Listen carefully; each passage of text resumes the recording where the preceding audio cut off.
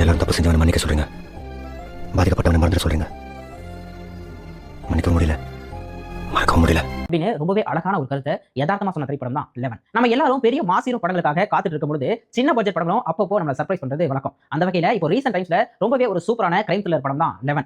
11 படம் எந்த அளவுக்கு இன்ட்ரெஸ்டிங்கா இருந்ததோ அதே அளவுக்கு கதாநாயகன் நவீன் சந்திராவுடைய பின்னாடியும் ரொம்ப இன்ட்ரெஸ்டிங்கா இருந்தது. அதை பத்தி தான் இந்த வீடியோல பார்க்க போறோம். நவீன் சந்திரா 2006 சினிமா இண்டஸ்ட்ரியில நுழைஞ்சிட்டாரு. ஆனாலும் கூட தொடர்ந்து தெலுங்குல தான் நிறைய படங்கள் பண்ணிருக்காரு. தமிழ்ல ஒரு சில படங்களை நம்ம பார்த்திருக்கோம். குறிப்பா சொல்லணும்னா பட்டாஸ், ஜிகதண்டா, டபுள் எக்ஸ் மாதிரி படங்கள்ல அவர் நடிச்சிருக்காரு. நவீன் சந்திராவை பொறுத்த வரைக்கும் அவர் ஒரு தெலுங்கு நடிகர் போல வாய்ப்பு கிடைக்கும் போது அப்பப்போ தமிழ்ல நடிக்கிறாரு அப்படிங்கிற மாதிரி தான் எல்லாரும் நினைச்சிட்டு இருக்கோம். ஆனா உண்மையில அவர் ஒரு தமிழர். அவருடைய அப்பா அம்மா ரெண்டு பேருமே தமிழர்கள் தான். அவங்க அப்பா வேலையின் காரணமா பெங்களூர்ல வந்து செட்டில் ஆயிருக்காரு. அவங்க அம்மா ஆந்திராவில பிறந்து வளர்ந்தவங்க. அவருடைய மனைவி பார்த்தோம்னா கேரளாவை சேர்ந்தவங்க. இப்படி ஒரு தென்னிந்தியாவே நவீன் சந்திராவுடைய ஃபேமிலியில இருக்கு அப்படின்னு சொல்லலாம். சோ இவர் 2006 ஒரு தெலுங்கு திரைப்படம் மூலமா சினிமாக்குள்ள நுழைஞ்சாரு.